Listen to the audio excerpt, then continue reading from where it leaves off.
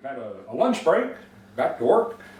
While I was waiting for the countdown for the photographer, I see something over here. Maybe we can, I don't even know if he's seen yet. See if I can turn the light on it. This is an aerial photograph of the house.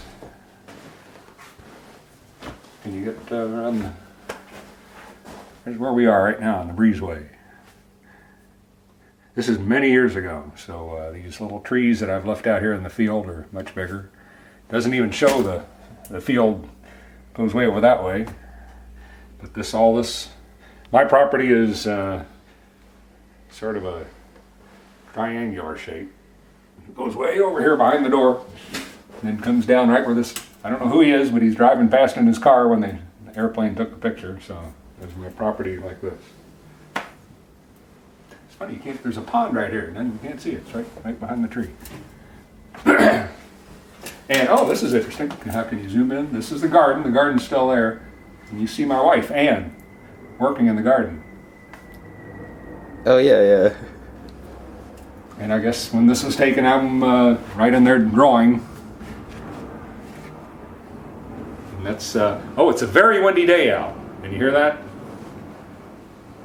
In fact, I had to close all the windows so you wouldn't hear the And when it's windy, the airplanes landing at the airport fly real low right over this house, even though we're many, many miles away from the airport. This is their flight route. Okay, now we're going to go into the main house. This is the door into the kitchen. Come right in, look around. I just got done doing the dishes. So nothing special about this, I guess. Some potatoes for dinner. Oh, you're going that way. Oh, all right. Lots of sets of cookbooks that I buy for my wife. Her hobby is cooking, all sorts of exotic dishes. Problem is we don't eat. We're weekday vegetarians, but not on weekends, at least not on Sundays. But during the week we eat strictly vegetarian just for health reasons. So more cookbook sets. So is my hot chili pepper sauce collection. I grow lots of, we'll probably see that later, I grow lots of chili peppers and I make my own sauce, and then in the winter when I don't have any fresh peppers I eat store-bought.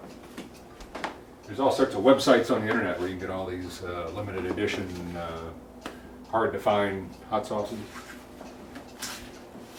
Well, so that's the kitchen. This is obviously this is an actual timber house. That's the timber here holding up the second story.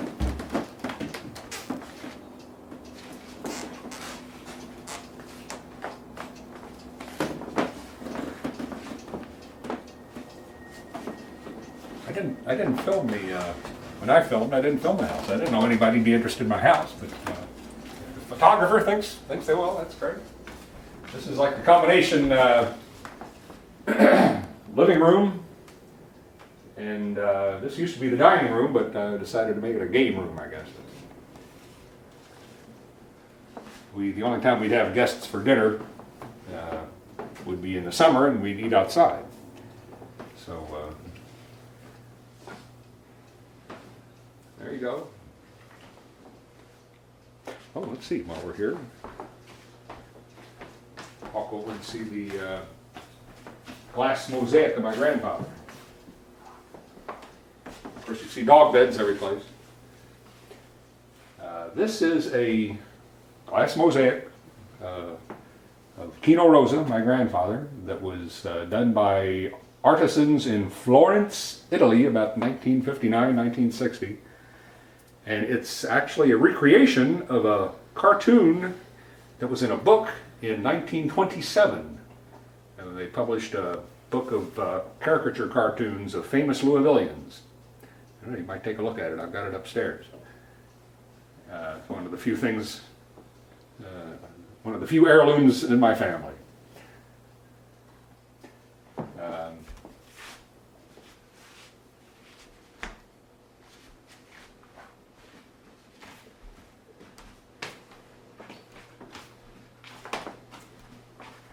So I don't know. This is the sunny side of the house. That's why we keep the shades closed. Otherwise, it get real bright and hot in here in the afternoons. Combinations of pass-it-down figurines and things I've gotten on trips. And some. Oh, here is. As I'm taking a photograph of this for the books like the Hall of Fame books. That's my grandfather's trunk that he came over with to America around the year 1900. 1900. It's empty now. He's not in there. But so that's, I don't know, over 100, 120 years old. And this is what gave me the idea to have, to use a steamer trunk or a large trunk like this for the Scrooge, Life of Scrooge stories. He'd open up his old trunk and pull out something and then he'd tell a story about it. Oh, there's my Flash Gordon pinball machine. It's a very recent hobby. I decided I needed another hobby. I don't have enough. I've only got 20 or 30. So I started buying old pinball machines. That one's from 1980. It's a real nice one. The pool. This is a table where we store things that are either coming or going.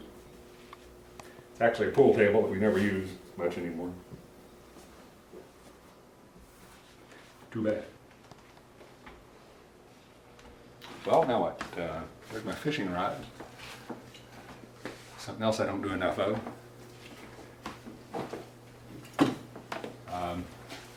So the rest of this house is a very old style, pioneer style design. I think it's fashioned after actual timber houses of hundreds of years ago. But when we moved in here, the windows were too tiny. We couldn't see the beautiful yard. So I had an addition built a few years later that does not match the house at all.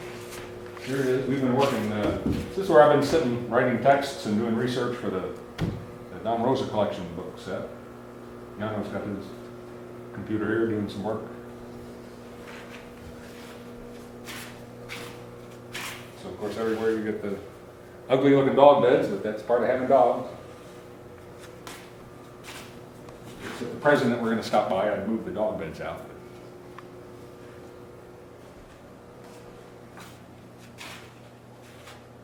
There's a problem with these cactuses and things like that. They keep growing and you don't know what to do with them. You hate to have to kill something because it's so healthy and successful, but I mean, this is going to have to go someday. It's going to break my heart. You can see the wind whipping in through the windows here. Of course, we spend most of the time in this room.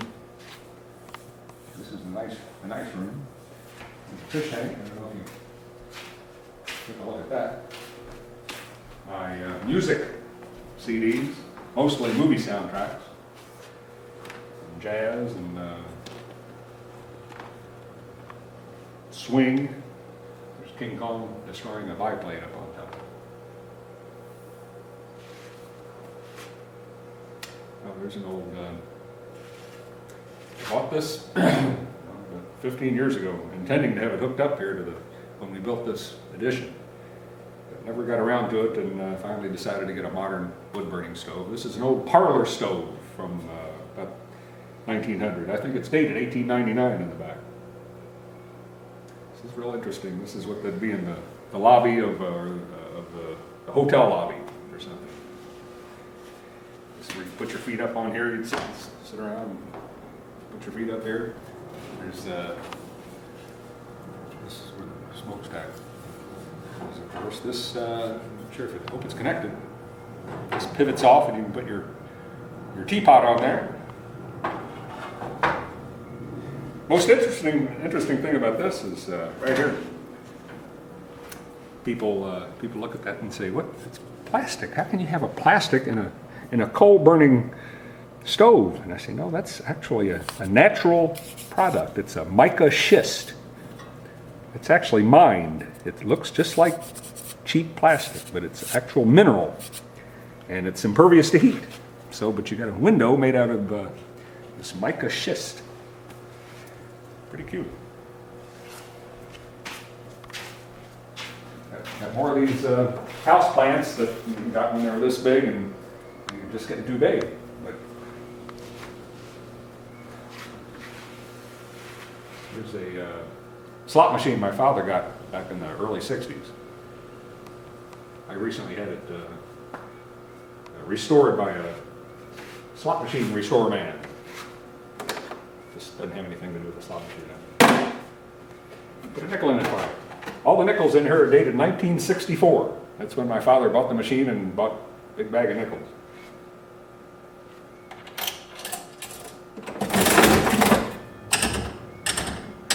Woo! Almost got 3 plums. Close. Well, go out on the deck. If it might be kind of windy, you might hear.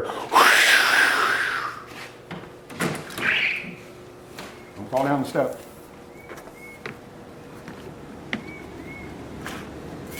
Just a few days ago, we moved all these plants out from inside the big sunroom here. These are my chili pepper plants that we tried to keep alive all winter. So in different pots, any pot we could find. Now, most of the hot pepper plants, that's another one of my hobbies in the summer. Besides having a regular vegetable garden, one of the focal points of the garden is just chili pepper plants, like 40 or 50 different types of hot chili peppers. I can't eat that many chilies, but they're fun. They're kind of easy to grow and they're fun, and they come in so many different tastes and colors and shapes. There's no other fruit or vegetable that comes in like 3,000 or 4,000 different shapes and colors. So they're kind of fun to grow. So now I'm kind of letting them have a little warm weather and some sunlight. There it comes. Come out here and sit and, like I was doing earlier today, I come out and try to pick the aphids off of them that have been bothering them all winter. It's like the pool table. There's a hot tub we never use. Always too busy working in this yard to do much relaxing.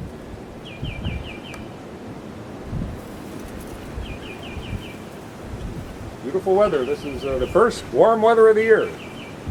The only thing lacking are the leaves on the trees for this to look really nice.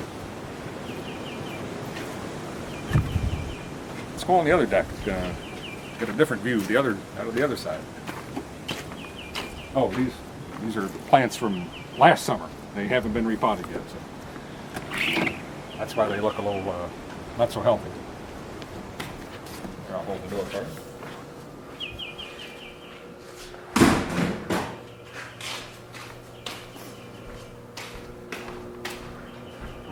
Wire. Don't look down here. I gotta fix that. It's the string broke. So now it's kind of cockeyed down there. There's the bigger deck, higher deck. Looks like the wind blew the oven mitt off. Like I say, it's been really windy, much windier than it is now. Earlier. Should have straightened this up. We just unpacked a TV set to sit out here.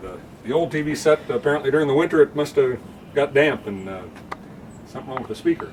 This is a TV set I won at a baseball game for sitting in the right seat. They drew a seat number and everybody started yelling at me, saying, "Oh, congratulations, Kurt." I said, What?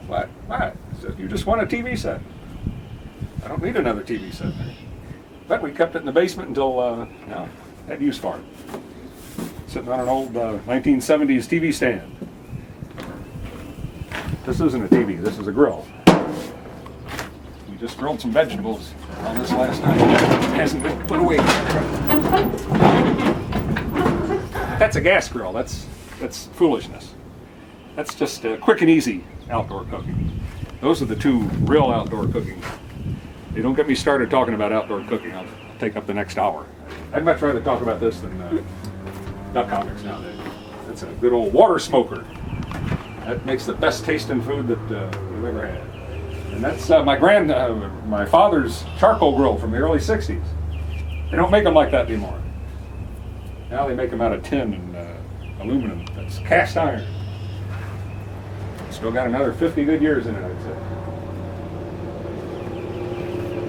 That's a shame. You get this on film or tape or whatever's in that thing, memory card. This nice ivy I've let grow up the house. I've even trained it sometimes.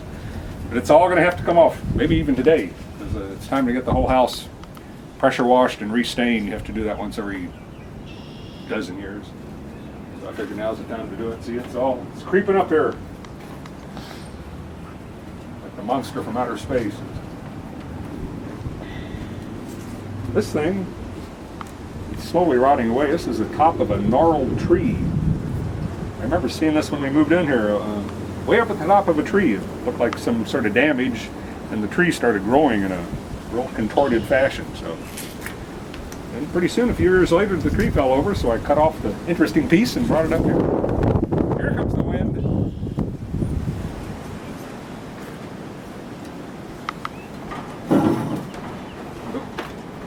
Take a look off the end of the deck here.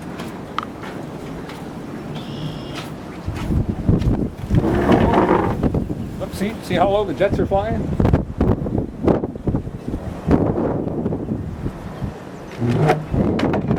Must be even windier up high. You think you're picking up the sound, or am I just talking? Oh, it's a whooshing sound. I think we have the sound. Be careful the wind doesn't whip this thing around and crack me right in the forehead. My bird feeders. Go over here. You can see the deer feeding station that I keep full of corn for the deer who come around at night. And the white thing in front of it is it's a plastic food container with a hole cut in the other side. That's where the motion detector, the wireless motion detector is. So when the deer come around at night and we're inside, it'll set off a bell, like, not a doorbell, but I call it the deer bell. And I had that for a few years. Then I was in a Radio Shack place and I noticed they have these cheap security cameras. So it used to be, it's a wireless security camera. Used to be when I'd hear the deer bell go off, I'd have to run through the house over to the window and look and see what was going on. Now the bell goes off, watching TV, and I just change over to the deer channel and see what's going on outside. Just planted some flowers in the flower pots for the deck here. I own all the woods. It's about 10 hectares, 25 acres of land. And it's got trails and pastures and benches and things down in the woods, but this is just the lawn right up at the edge where I think this used to be a dairy farm 75 or 100 years ago. Sometimes we have some ducks, baby ducks in the geese in the pond down there this time of year, but not for the last couple of years. You see, there's the nearest neighbor. That's the way I like it.